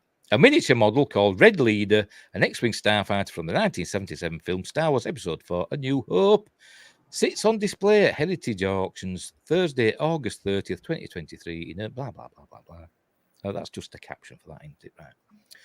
Right, from an early model of an iconic alien mothership from Close Encounters of the Third Kind to a complete Stormtrooper costume from Star Wars, bidding opens Friday. When was this published? Published yesterday, so it must be next Friday. On thousands of pieces, Hollywood model maker Greg Jean, am I saying that right? I don't know. Collected over his lifetime, including many he created during his nearly half-century career. The collection, amassed by Jean, who died last year at age 76, will be offered up by Heritage Auctions next month in Dallas. Jean, who had an Oscar and Emmy-nominated career making miniature models, was also a collector of costumes, props, scripts, artwork, photographs, and models from the shows he loved. He spent his entire lifetime in the movie industry at a time when practical effects and models were the way that magic happened, said Joshua Benesh, Heritage's chief strategy officer. They were the way that spaceships traveled through outer space. They were the way that aliens came and visited Earth. They were the way that catastrophes and disasters were depicted. Gene, who Gene, who grew up in Los Angeles, began his career in the mid-1970s and over the decades worked on movies including The Dark Knight Rises, The Hunt for Red October, Let Them Sing, and Avatar. A fan of Star Trek from the start, he later worked on pieces for the franchise. Gene was still early in his career when he led the team that created the mothership for Steven Spielberg's 1977 film Close Encounters of the Third Kind. The model that appears in the movie is just over 5 feet, 1.5 meters long, but appearing gigantic, and it also had a little R2-D2 on it, didn't it? It's now part of the collection at the Smithsonian's National Air and Space Museum, but a small preliminary model, which is about 5 inches, 12 centimeters long, is among Gene's creations that will be offered at the auction. It is equal parts incredibly intricate and just sort of incredibly simple, Benesh said. It has this sort of whacked together informal quality to it, but you see it and you know exactly what it is. What, 5 inches? That's only about that big, isn't it? Anyway. Other creations from Gene's career going up for auction include a miniature wrecked spaceship from the 1997 film Starship Troopers, and a miniature shack, airplanes, and newspapers from Spielberg's 1979 war comedy, 1941, which I've only seen once. I've never watched it again. Oh, that's what that fishing thing was? Okay. In the picture? Oh, hang on. Where are we? The fishing thing. There's like a building. Oh, that there, live bait. Oh. Yeah. Oh, could be. Yeah. Where are we?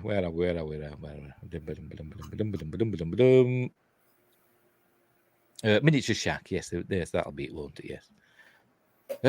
Also being offered up are a dizzying number of items Gene collected from the 1960s Batman television show and the Star Trek and Star Wars franchises. The Batman memorabilia includes batarangs, utility belts, and a bat radio. There are phasers, communicators, and tricorders from Star Trek, the original series. Ooh, I'd love one of them. From the 1960s, in addition to many costumes, including the formal dress tunic William Shatner wore as Captain Kirk. Gene even had the Vulcan Loot, played by Leonard Nimoy's Mr. Spock. Very good. Yeah. Then there's the Red Leader X-Wing Starfighter miniature, complete with a pilot and the top of an R2 unit that was used in the 1977 film Star Wars. Well, Star Wars. It was 1977. It was Star Wars. Never mind this New Hope rubbish. Lou Zutavern. Amazing name. I have no idea how to pronounce it. Gene's longtime friend and shop supervisor said Gene had a love for Hollywood history and a passion for collecting. He loved the search and finding things and making a trade, Zutavern said. Or is it Zutavern? I don't know. But whatever it is, it's ace. Any name that begins with Z is amazing, isn't it? It was part of the fun for him, but he also really wanted to make sure the stuff didn't just get thrown in dumpsters. Even as a child, Gene was not only a collector, but already an exacting model maker, said his cousin Jerry Chang. Gene collected baseball cards, comic books, and toys, buying one toy to play with and one to keep, Chang said. When Gene was around 10, he surprised Chang and Chang's brother following a visit to Disneyland by creating a detailed replica of the theme park in his bedroom. Gene, I bet it were all to scale as well, probably. Gene graduated from California State University, Los Angeles in 1967 with a bachelor's degree in art. He then spent some time taking graduate courses and eventually embarked on his career in Hollywood. Chang said that sorting through his cousin's collection after his death became sort of like a treasure hunt. You would move a set of books and all of a sudden you'd find something and you'd go, "Oh my gosh, that looks kind of familiar," Chang said. Chang said Gene loved his work and also had a passion to learn about a wide array of topics. After Gene died, his cousin found that his book collection spanned topics from cooking to the military. He lived the life that he wanted and he enjoyed it, Chang said. Oh, there's a Buck Rogers. Is it Buck Rogers? I think it's from Buck Rogers in the 25th century. I'm sure it is. think it is a helmet, that, isn't it? Yeah, yes, because that's Book's ship, isn't it? From the pilot episode. Ranger 3. Is it Ranger 3? Anyway. So are these are actual screen used models here? I don't These are ones. It says here, look. Oh, okay. Miniature model, battle damaged Corvette transport wreckage from the 97 film Starship Troopers, which is that. Does it say what it is? Oh, it's called the Greg Jean 193 Greg Jean. So he had a ship named after himself. Named after legendary Hollywood model maker. Sits on display. What else we got? It doesn't say. But that's from Starship Troopers. I think that's from Buck Rogers. The helmet's coming up next, it looks like. Sorry? If you scroll down, the helmet looks like they're going to talk about the helmet specifically. Yeah, it's there, isn't it? Yeah, sorry. I've no peripheral vision. But that's definitely Ranger 3. That's Buck's ship, isn't it? That he travelled to the 25th century and was frozen in. I love Buck Rogers. Great. Oh, there we go. Yes. Right, Joshua Beneshes is holding a prop starfighter helmet used by actress Erin Gray, who played Colonel Wilma Deering. Yes. So that's what Erin Gray wore, looking a bit beaten up, innit, and cracked. Needs some loving care, does that, doesn't it? Cool. And a Stormtrooper uniform. And, look, from Logan's Run there. Sandman uniform from Logan's Run. I don't know what that's from. It'll probably tell us here, won't it? I'm going to guess Planet of the Apes. I'm sure I'm wrong. But... It could be, yeah, what Charlton Heston were wearing at the beginning of that. Yeah, could be. It doesn't say in this. Doesn't say. I wonder what they're from. I've no idea. Is it cloth? Why haven't they got cloth things in Strange New Worlds? Or will they have them soon before the series ends?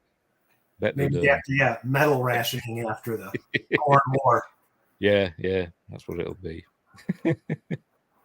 Hey, we've got communication. I've got one of them up there. Can't get it in now. Never mind. What's that? So one of the first original phasers before they switched to the Oh yeah, it is. Yeah, it is. Yeah. That's the grip, isn't it? There, yeah, it is. Yes, she turns it, doesn't she, to put it on overload, doesn't she? There's number one. Oh, and is that what Uhura's thing she sticks in her ear? Oh yeah, underneath it. Yeah, it's a mini old microphone. Yeah. Oh, here we go. There from 2001. Out there. That looks familiar, and I can't think what I've seen it in. That face behind does look familiar, but I can't place it. It doesn't tell you, see. It just says that what's at the front, a prop space helmet. From 2010, from the 1984 film 2010. Oh, is it the Star Child face or something? It could be. It could be what the filming model or something. Yeah, maybe. Yes, maybe so. But it doesn't say that. Say just the first sentence is just what's there, and then the rest of it is just copy and paste from all the others. Oh, here we go. Oh, yes, you were right. You've read this article before, haven't you? You were right. This from Charlton Heston from Planet of the Apes. There we go. But doesn't say that. Obviously, that's a Sandman uniform from Logan's Run, isn't it? That's pretty good shape still. Yeah. But it doesn't. There we go. Oh, is it? Right. Must be one of the alien heads from Close Encounters. Oh. That's Devil's Tower. That's the mothership in it. It must be his 5-inch model. That must be the alien head, or one of them. So realistic.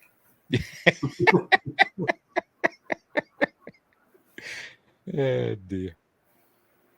On a T-1000 disguised as a Starfleet officer there.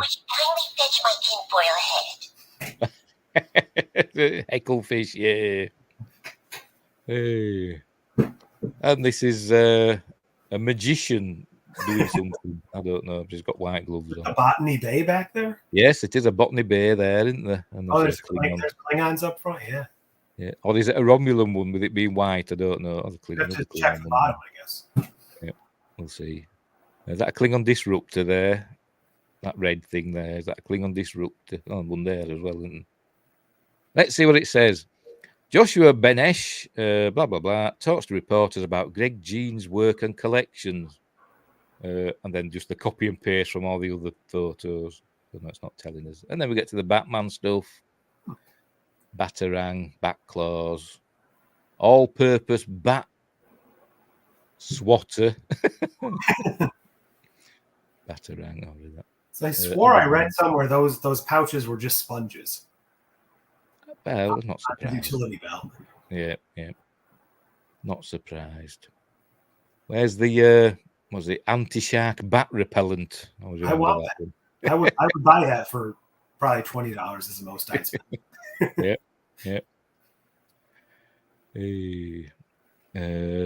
Obviously Star Trek uniforms. Oh, there's the loot. There's the loot. Yeah. He's taking his gloves off. Uh-oh. I always wanted one of those Wrath of Khan jackets. Yeah, my mate's got one. That's like the away mission jacket, isn't it?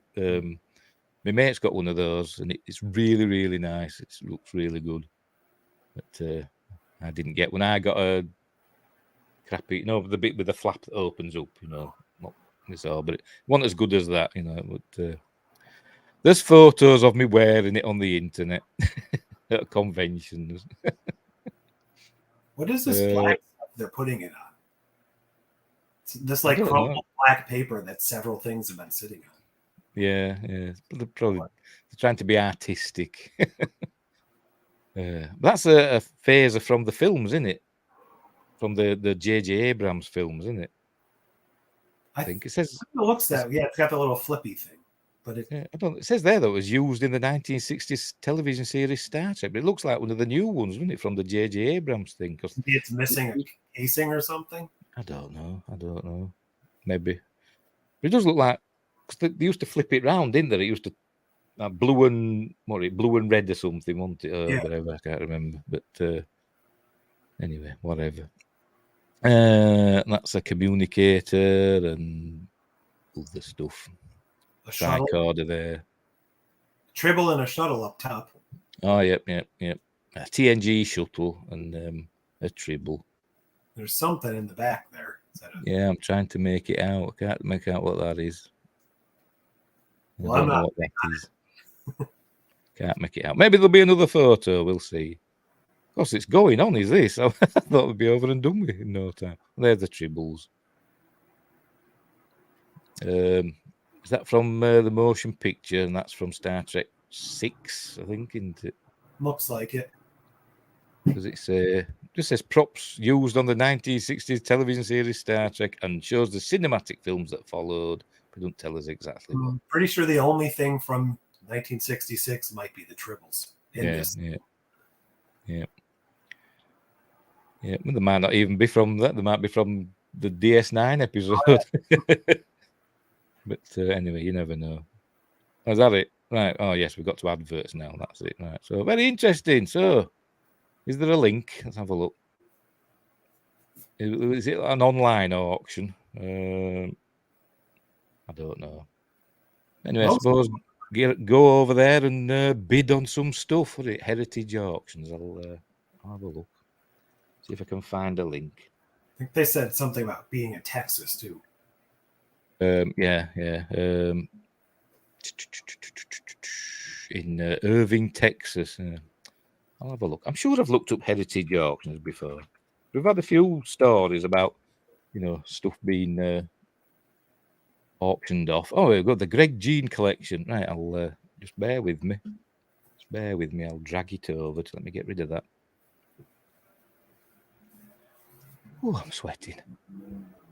Trying to think. I don't think I have anything that's quote unquote screen used.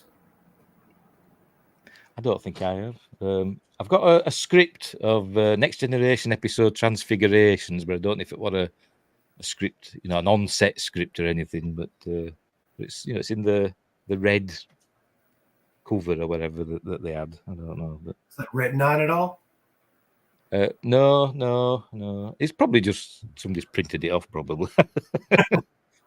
Anyway, right. I found the link. It's here somewhere. Hang on. Where are we? I saw it. It said Greg Jean collection. There we go. Auction details. There we go. October 14th to 15th. Oh, right. So it said next Friday, didn't it? But they must have put it back maybe. But there we go. October 14th to 15th. So you can go there and bid on stuff, I suppose. I'll put a link for it anyway in the description. Well, Heritage auctions. Interesting choices they put on the cover there. Yeah, was that Greg Jean? I'm assuming. Yeah. I mean, that's an original series shuttle, isn't it? And the Botany Bay, or is it the Botany Bay, or I don't know, but probably. Anyway, right, so we'll move on. I think we've one last story, I think. As I said, I'll put that link in the description. Oh, crack it, let me have a drink. Hang on. Oh, dear. Right. Lastly. We've got ships too. Cool micro machines. Was it a Vorcha class? I've got some in me. I've got what I call my shrine over there. It's like just a glass case. We've got loads of micro machines in, and Star Trek and Star Wars. And do you have the metal ones? Not micro machines. No, I've got some. I don't know what they're called. I've got some like Star Wars stuff, metal, like die cast. Oh, okay. Stuff, but I don't know. I don't know what they call them. You have like the black collection or whatever. I don't know. Yeah. I don't know if they're that or not. I don't know. Just noticed Archmage Phrase in on Twitch. Growed indeed. That mysterious man from Twitch. Cool fish. What else have I got in my shrine? I've got some dinky toys, some Thunderbirds, and I've got a Klingon D7 and a Starship Enterprise dinky toys, and Space 1999 Eagle. But when I die, all that'll just go in the bin, probably, won't it? But anyway, I hope not. Maybe they put up an auction. Yeah. Aiden's inheritance. Anyway, right. Finally, David Zaslav reiterates his plan to focus on big franchises like DC, Harry Potter, and The Lord of the Rings.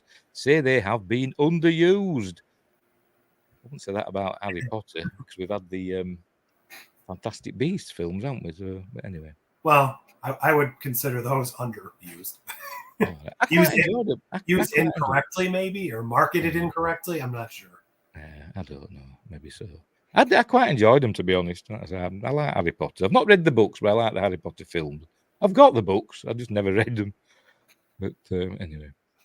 Right. Warner Brothers Discovery CEO David Zaslav recently reiterated his plan to have the company focus on its big franchises such as Harry Potter, DC, and The Lord of the Rings. There he is. Oh, what happened there? There you go. According to the Wrap, Zaslav appeared at the Goldman Sachs Communicopia and Technology Conference, where he declared, "One of the other real strengths of Warner Brothers is we talk about the great IP that Warner Brothers owns. While he notes they have strong franchises, he went on to explain the company has failed to properly use them. But for us, the challenge is that our content, our great IP, Harry Potter, DC, Lord of the Rings, that content has been underused." Specifically, Zaslav referenced they have let Superman rot, not giving the character his own film since Zack Snyder's Man of Steel. He also noted, this is the case with Harry Potter and The Lord of the Rings. We haven't done anything with Harry Potter for more than a decade. Not with Harry Potter, but as I said, they've done the Fantastic Beasts film, haven't they? We haven't done anything with Lord of the Rings. Well, they're doing that That animated one, aren't they? That War of the Rohirrim. I think Is that HBO or is that? I think it's a war. I think it's a cinematic, a theatrical film. I think it is anyway. I think. I thought it was a direct to streaming thing. I'm not sure. It could be. It could be. I don't know. It could be. While Zaslav stated the franchises have been underused, he did make it clear he doesn't want to overuse them either. So you can find that balance. We've got to be careful not to overuse the content. Nevertheless, he asserted, we think there's a lot of shareholder value in attaching a 10-year DC, a real plan around DC, bringing Harry Potter back to HBO for 10 consecutive years, doing multiple movies of Lord of the Rings. He highlighted this by noting that without these franchises, the company's performance is relatively flat. However, he added, when you put those franchises in, it's the best performing studio in the world. We need to deploy our best capital, and we need to do it with the best creative people in the world. And that's from Lord of the Rings. This strategy should not surprise anyone. It's one Zaslav has repeatedly talked about. In November 2022, during the company's 2022 Q3 earnings call, he fielded a question from Wells Fargo analyst Stephen Cahill, I don't know, and laid out his strategy for focusing on the company's big franchises. He said, 1, we're going to have a real focus on franchises. We haven't had a Superman movie in 13 years. Has it been that long? I don't know. We haven't done a Harry Potter movie in 15 years. One of the DC movies and the Harry Potter movies provided a lot of profits of Warner Brothers motion pictures over the last 25 years. So focused on one of the big advantages that we have, House of the Dragon is an example of that. Game of Thrones taking advantage of Sex and the City. Lord of the Rings, we still have the right to do Lord of the Rings movies. Zaslav later added, so when you have a franchise movie, you can often make 2 to 3 times the amount of money you make in the US because you get a slot. And the focus on the big movies that are loved, that are tentpole, that people are going to leave home, leave early from dinner to go to see. And we have a lot of them. Batman, Superman, Aquaman. Not sure about Aquaman. If we can do something with JK on Harry Potter going forward, Lord of the Rings, what are we doing with Game of Thrones? What are we doing with a lot of the big franchises that we have? We focused on franchises. Not all. What, sorry? Don't they also have Looney Tunes they're not doing anything with? Well, you think, yeah, that's Warner, isn't it? Looney Tunes. Well, they did Space Jam 2, didn't they? Well, okay, never mind. I've not seen it. I've seen the first one a long time ago, but I've not seen the second one. It's bad. Is it? Oh, and it's starring your favorite Michael Burnham. Oh. Plays LeBron's wife. Saying that, I don't mind her. I don't mind Sonequa Martin Green. I just don't like the character. Anyway, not only has Zaslav been discussing this plan, he has taken steps to make it a reality. The company announced a new Harry Potter scripted television series that will adapt J.K. Rowling's original books back in April. A press release declared the series will be a faithful adaptation of the beloved Harry Potter book series by author and executive producer J.K. Rowling. It added, the stories from each of Rowling's Harry Potter books will become a decade-long series produced with the same epic craft, love and care this global franchise is known for. And there's a tweet. Your Hogwarts letter is here. Max has ordered the first ever Harry Potter scripted television series, a faithful adaptation of the iconic books, stream on Max. I'm actually looking forward to that because, as I said, I like Harry Potter stuff. I really liked Hogwarts Legacy. I love playing that.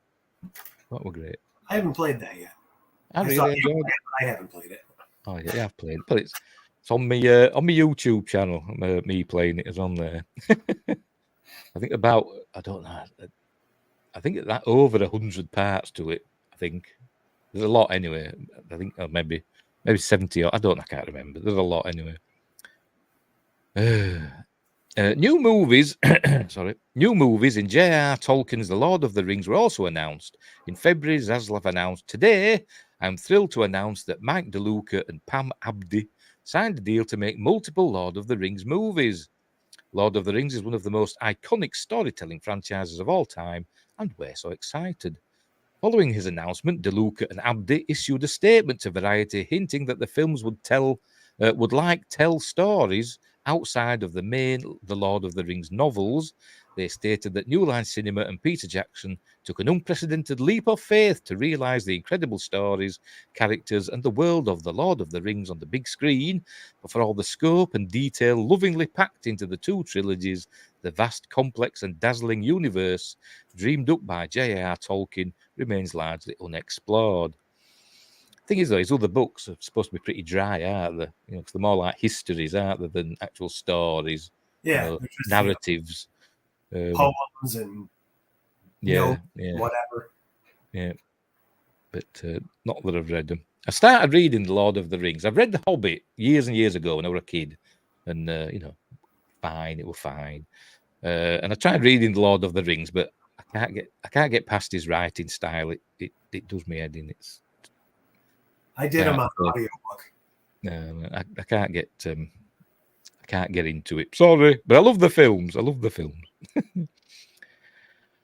Where were we? Lee Gwynchard, CEO of Freemode, the company that holds the rights to the Lord of the Rings, also stated, following our recent acquisition of Middle-earth Enterprises, we're thrilled to embark on this new collaborative journey with New Line Cinema and Warner Brothers Pictures, bringing the incomparable world of J.R.R. Tolkien back to the big screen in new and exciting ways. They're not mentioning this War of the Rohirrim, are they? He added, we understand how cherished these works are, and working together with our partners at New Line Cinema and Warner Brothers Pictures, we plan to honour the past, look to the future, and adhere to the strongest level of quality and production values. And there's Boromir blowing his horn before he gets turned into a pincushion. Anyway. As for DC, James Gunn announced his plans to launch the DC universe with Superman Legacy back at the end of January. There's his announcement. First, if I cut my hair and got me sent some hair gel, I'd look just like James Gunn, wouldn't I? Wish I had his money. First, the DC Studio CEO shared his vision for the DCU. It's one of our jobs, mine and Peter's, Peter Safran, to come in and make sure the DCU is connected in film, television, gaming, and animation, that the characters are consistent, played by the same actors, and it works within one story. Well, I don't know about animation, because the DC animated films were always kind of a separate thing, weren't they? Because from one film to the next, some of them were connected, weren't they? But some of them were like totally different, weren't they? So I don't think the animated films and stuff need to be, all interconnected with, the films and the games and stuff. I mean, I think they can, but I don't think they need to be. Yeah. Like if you introduce something that's cool or something, why not throw it in? But yeah. But anyway, they don't have to, do they? They don't have to. Anyway, right. Gunn continued, and if something is outside of that, like Matt Reeves' Batman or Todd Phillips' Joker or Teen Titans Go, that is clearly labelled as DC Elseworlds, outside of the mainstream DCU continuity. He would later reveal the first chapter of his DCU vision is called Gods and Monsters, and it begins with Superman Legacy. There's Robert Pattinson's The Batman, which I thought were okay. I watched it a bit back, and it was fine. I didn't dislike it. It was okay. The chapter also includes a Green Lantern TV series, a movie based on the Wildstorm characters The Authority, an Amazonian prequel series titled Paradise Lost, a Batman and Damian Wayne film titled The Brave and the Bold, a Booster Girl TV series, a Supergirl Woman of Tomorrow film, and ends with a Swamp Thing movie. And there is Swamp Thing. What do you make of Zaslav's plans to embrace these big franchise properties? They never mentioned War of the Rohirrim. Is that still going then? Is that still a thing? I could have sworn they've even shown off images from it. Yeah. Or is that one of the ones that's been dumped to the tax gods or whatever? Let's have a look. Lord of the Rings, War of the Rohirrim is an upcoming animated fantasy film directed by Kenji Kamiyama. Will be released in the United States on December 13th, 2024. So it's next year it's coming out. But yeah, trying to see if it's theatrical or going to streaming. It doesn't actually say. It just says it will be released. It doesn't say whether it's going to be just theatrically or streaming. Maybe they have no idea with all the maybe they haven't made up their mind yet. Because Blue Beetle was supposed to be streaming. They shoved that into theaters. All right. Maybe they'll decide later.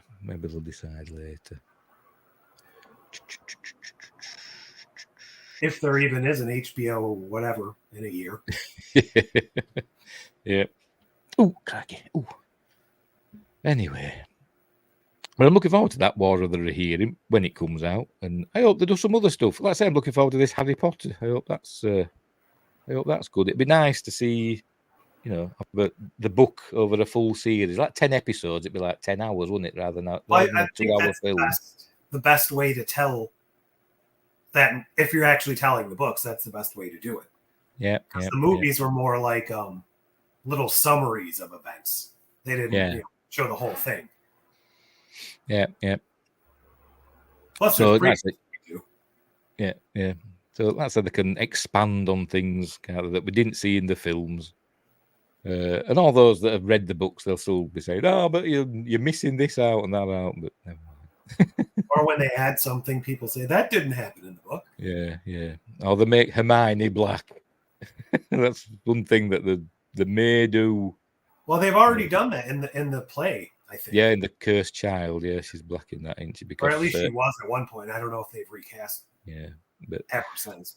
But people have been trying to say that she's white or something in the books, but I'm sure I haven't read the books, but I'm sure it says somewhere it doesn't describe her skin color. It just says her eyes or whatever, or her hair is dark. Yeah, I think it's mostly her teeth and her hair were the yeah.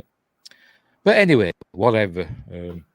I think they tried to do the what's her name from Twilight thing, where they don't describe the characters, so you could put yourself in the character. Yeah. Except for Harry, of course, because he's important. Yes, he's the boy who lived. Anyway, but like I said, I'm looking forward to that. I hope that's good. And I'm not sure about Gunn's DCU. It's got off to a shaky start, particularly all this Blue Beetle stuff and the Aquaman that's coming up.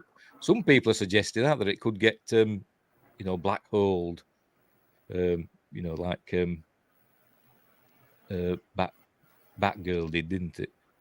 But I don't know. I don't think it will. More money on it.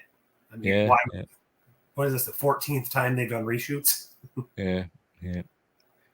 I don't know what's happening these days in Hollywood. It's crazy. Anyway, so that's it. That's it for the news for tonight. So I think we get rid of that. Right, we're back. You're off to the side again. Got to lean in. Anyway, right, so we'll leave it there. So thanks, Wingrace, for joining me. My first ever guest, and it went okay. Well, I think it did. I'll try not to bang my microphone again. Have you been banging your microphone? I keep talking into the cord, not the actual microphone. I don't know why. I don't know what you like. Right, so I'm going to leave it there. So hang on, let me get rid of this. I've got Frodo staring at me, holding a big ring. Let me just get rid of that window. Right, so we'll leave it there. So as I said, thanks, Wingrace, for joining me. Maybe we'll do it again another time. Thanks for having me. Thanks for newsing me or schooling me on the news. Oh God, I don't know. Well, we've got that. I've got that Night Stalker TV series from 2005 to look up. Oh, I've got to find it too. You can find it on the internet. Right, so we'll leave it there. So, to everybody else out there, Thanks for watching. Wherever you are, look after each other. And until next time, I'll say bye.